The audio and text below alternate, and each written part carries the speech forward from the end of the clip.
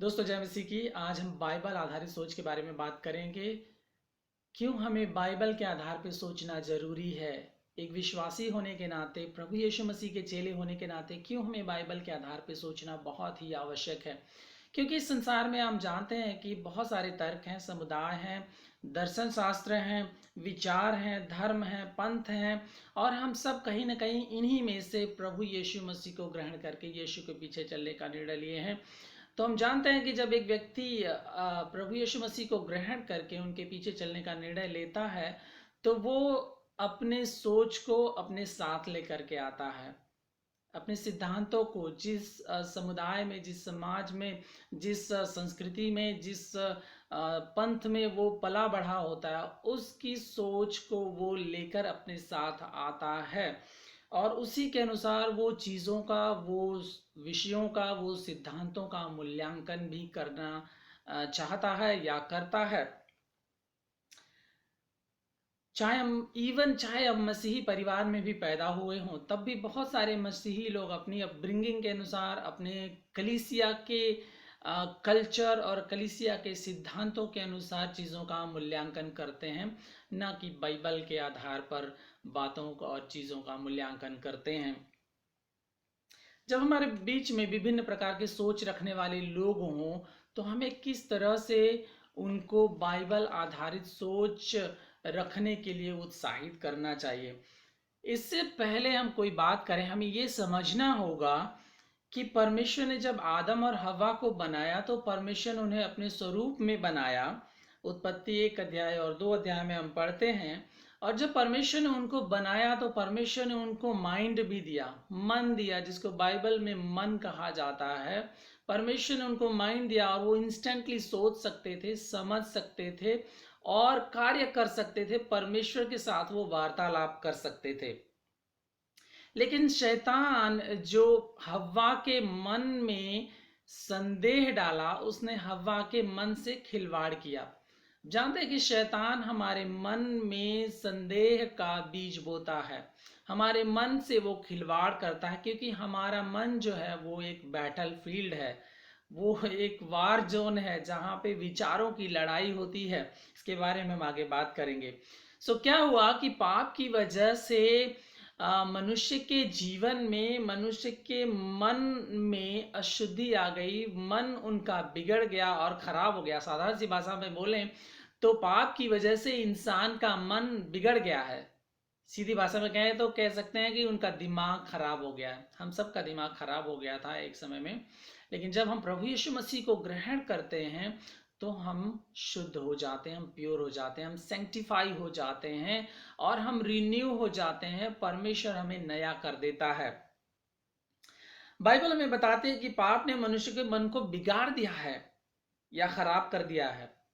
कई जगह बाइबल हमें बार बार ये बताती है कि मनुष्य का मन किस तरह बिगड़ा हुआ है। इन बातों को भी हम देखें कि बाइबल हमारे मन के बारे में क्या बोलता है, हमारे माइंड के बारे में, जहाँ हम सोचते हैं, विचारते हैं, थॉट्स को हम प्रोसेस करते हैं, हमारा नॉलेज है, बुद्धि है, ज्ञान है, उन सब के बारे में जहाँ हम प्रोसेस करते हैं, जिसको मन कहते हैं हिंदी बाइबल में, उसके बारे में बाइबल क्या बताती है।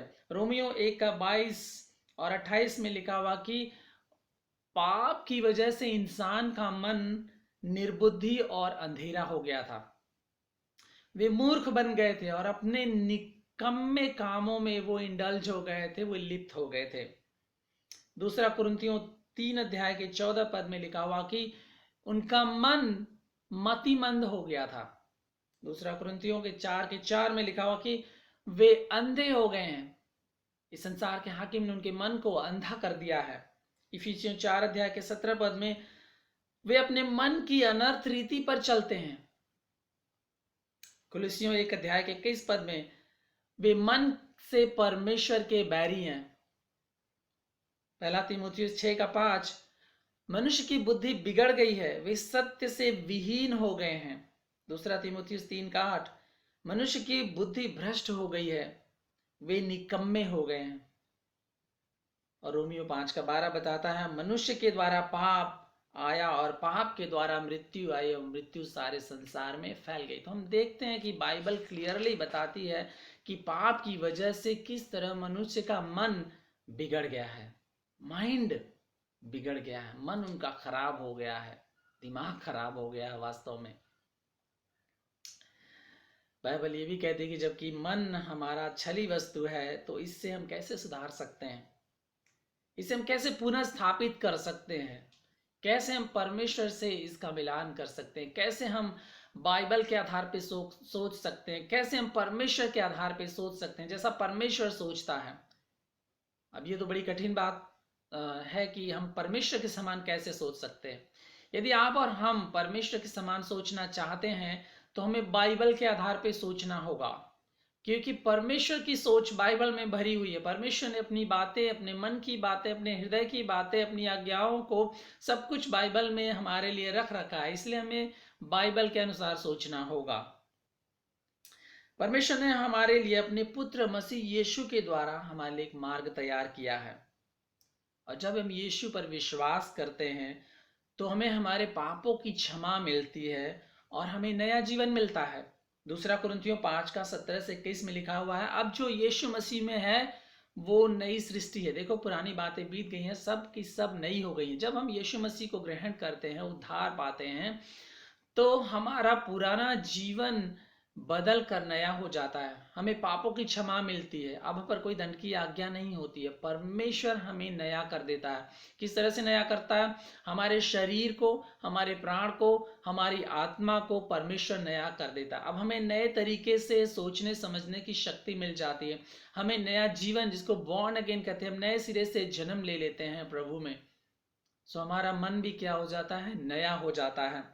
रोमियो 12:1 और 2 में बहुत ही प्रोफाउंड वर्ड है, लिखा है, तुम्हारे मन के नए हो जाने से तुम्हारा चाल चलन भी बदलता जाए। लेकिन इसके पहले वचन कहता है कि तुम संसार के सदृश ना बनो। एनएलटी बाइबल में कहता है कि संसार को कॉपी मत करो। एक विश्वासी होने के नाते हमें संसार के समान नहीं सोचना है, संसार को कॉपी नहीं करना है, संसार के सिद्धांतों को अब अडॉप्ट नहीं करना है, संसार के साथ अपने आप को कॉम्प्रोमाइज नहीं करना है, पाप को टॉलरेट नहीं करना है। लेकिन हमें हमारे मन के नए हो जाने से क्या करना है? हमारा चाल चलन, हमारा लाइफस्टाइल, हमारा बिहेवियर, हमारे सोचने का तरीका, वो सब बदलना चाहिए।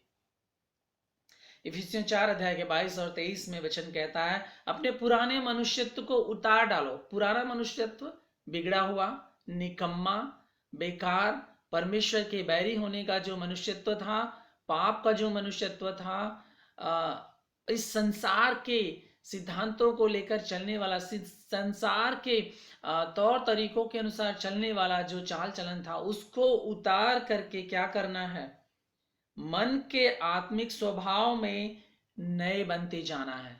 अब हमें अपने मन के, हमारा जो माइंड है, उसके आत्मिक स्वभाव में क्या करना है? नए बनते जाना है। कुलुस्सियों 3:10 में लिखा हुआ है, नया मनुष्यत्व हमने क्या कर लिया है? यीशु मसीह पर विश्वास करने के द्वारा पहन लिया है, जो अपने सृजनहार के स्वरूप के अनुसार ज्ञान प्राप्त करने के लिए नया बनता जाता है।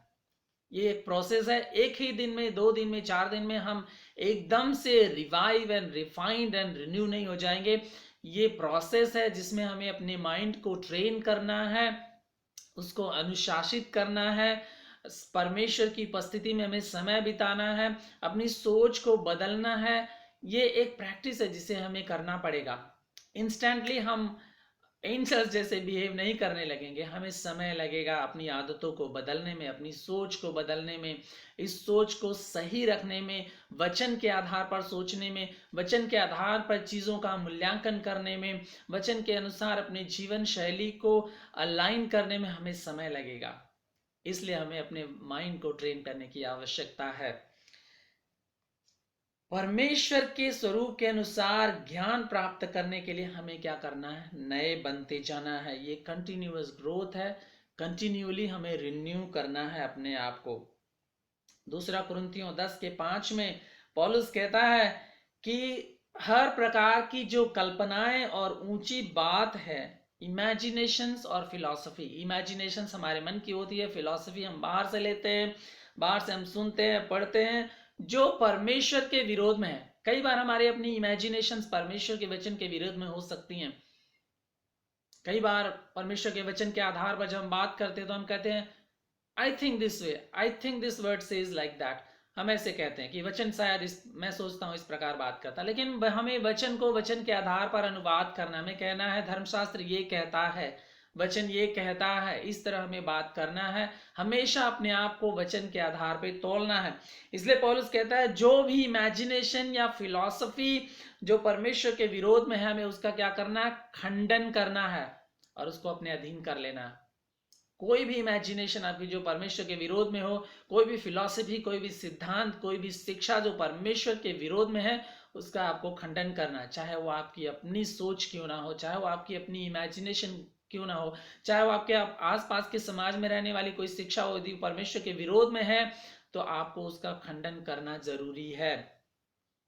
परमेश्वर की तरह सोचने के लिए हमें परमेश्वर के वचन के अनुसार सोचना होगा। कुलसियों 3 अध्याय के 16 पद में लिखा हुआ है, मसीह के वचन को अपने हृदय में बसने दो और सिद्ध ज्ञान सहित एक दूसरे को सिखाओ और चिताओ। जब तक परमेश्वर का वचन हमारे हृदय में बसेगा नहीं, जब तक हम उसके वचन को अपने मन में, अपने हृदय की पटिया पर रखेंगे नहीं, उसको प्राथमिकता देंगे नहीं, तब तक हम उसके सिद्ध ज्ञान में नहीं बढ़ पाएंगे और दूसरों को भी हम नहीं सिखा पाएंगे। इफिसियों 1 का 17 से 18 में लिखा हुआ है, हमें परमेश्वर के ज्ञान में और पहचान में बढ़ना होगा। पौलुस कहता है हमें परमेश्वर के ज्ञान में और पहचान में बढ़ना है। एक विश्वासी का सबसे बड़ा एक एम होना चाहिए कि हम परमेश्वर के ज्ञान में और परमेश्वर की पहचान में हम बढ़ें, और वो तभी होगा जब हम अपने माइंड को ट्रेन करेंगे और परमेश्वर के वचन के अनुसार हम सोचेंगे, परमेश्वर के वचन के अनुसार हम चीज़ों का मूल्यांकन करेंगे, परमेश्वर के वचन के अनुसार हम अपने जीवन को ढालेंगे, तभी ये काम हम कर सकते हैं। रोमियो 8 में लिखा हुआ, 8 के 5 और 6 में लिखा हुआ कि शरीर पर मन लगाना तो परमेश्वर से बैर रखना है, और शरीर पर मन लगाना मृत्यु है, लेकिन आत्मा पर मन लगाना जीवन और शांति है। यदि हम शारीरिक तौर से सोचते हैं, वर्डली तरीके से हम सोचते हैं, सामाजिक तौर पे सोचते हैं, हम सबको खुश करने की कोशिश करते हैं, समाज को लेकर चलना चाहते हैं, लोगों को लेकर चलना चाहते हैं, और हर प्रकार की शिक्षाओं को हम मिला के साथ चलना चाहते हैं, तो हम परमेश्वर को प्रसन्न नहीं कर पाएंगे, बल्कि हम परमेश्वर के बैरी बन जाएंगे और हम मृत्यु की ओर बढ़ते जाएंगे। लेकिन जब हम हर प्रकार की इमेजिनेशंस को, हर प्रकार की बुरी शिक्षाओं को, फिलॉसफीज को, सिद्धांतों को, तमाम तरह की इंस्पिरेशंस को जो हमें तमाम लोगों से मिलती हैं, यदि वो परमेश्वर के विरोध में है तो उसका हमें खंडन करना और उसको अपने अधीन कर लेना है। हम जो भी हैं, हम जहां से भी आते हैं, हम जैसे भी हैं, हमारी जैसी भी सोच थी, अब हमें वैसे नहीं होना है। हम नए हो गए, प्रभु यीशु मसीह को ग्रहण करने के द्वारा हम नए हो गए, हम नई सृष्टि हो गए। हमें नए तरीके से सोचना है, परमेश्वर के वचन के आधार पर सोचना है, और परमेश्वर के वचन के आधार पर हमें चलना भी है। परमेश्वर के वचन के आधार पर हमें चलना भी है। हमें कॉम्प्रोमाइज नहीं करना है, हमें पाप को टॉलरेट नहीं करना है, लेकिन हमें इन चीज़ों का आकलन करके अपने जीवन को आगे बढ़ाना है। बाइबल आधारित सोच हमारी होनी चाहिए, चाहे अपने व्यक्तिगत लाइफ के बारे में, पारिवारिक जीवन के बारे में, हमारी सेवा के बारे में हो, परमेश्वर के बारे में, उद्धार के बारे में हो, पापों की क्षमा के बारे में हो, चाहे बाइबल का कोई भी सिद्धांत हो, चाहे कोई नैतिक सिद्धांत हो, नैतिक बात हो, उन सब को हमें बाइबल के आधार पे तौलना है कि बाइबल इस विषय के बारे में क्या बात करता है, मेरे जीवन के बारे में क्या बात करता है, मुझे क्या शिक्षा लेनी है, इसमें क्या चीज़ मुझे अवॉइड करनी है, क्या मुझे एक्सेप्ट करना है, किस तरह मुझे परमेश्वर के सम्मुख आना है, किस तरह मुझे परमेश्वर को प्रेजेंट करना है, हमारा परमेश्वर है कौन। तमाम विषय हैं जिसके बारे में हमें अपने आप को करेक्ट करने की आवश्यकता है। यदि हमें हमारी शिक्षा में गड़बड़ी है, यदि हमारा दिमाग अभी भी गड़बड़ है, खराब है, और हमारे मन अशुद्ध है, निकम्मे हैं, तो हमें बदलने की आवश्यकता है। और हम जब प्रभु यीशु मसीह को ग्रहण कर लिए हैं, प्रभु के पीछे चल रहे हैं, तो हमारा एक मेन एक एम होना चाहिए कि हम वचन को प्राथमिकता दें, परमेश्वर के आवाज को हम सुनने की कोशिश करें वचन के अनुसार, परमेश्वर की आज्ञाओं को हम मानने की कोशिश करें वचन के अनुसार, और अपने जीवन का मूल्यांकन, अपनी आदतों का मूल्यांकन, अपनी सेवकाई का मूल्यांकन, लोगों का मूल्यांकन, शिक्षाओं का मूल्यांकन हम परमेश्वर के वचन के अनुसार करें, और बाइबल आधारित सोच को हम डेवलप करें अपने जीवन में। सो आइए हम ये निर्णय लें कि हम जो कुछ भी करेंगे, हम जो कुछ भी सोचेंगे, हम जैसा व्यवहार करेंगे, जिस तरह से हम शिक्षाएं देंगे या लेंगे, वो वचन के अकॉर्ड में होंगी, वचन से अलाइन होंगी, वचन पर आधारित होंगी, ना बाएं ना दाएं, लेकिन हमें सीधे परमेश्वर के वचन पर चलना है और परमेश्वर के वचन के अनुसार सोचना है। परमेश्वर आप लोगों को आशीष दें।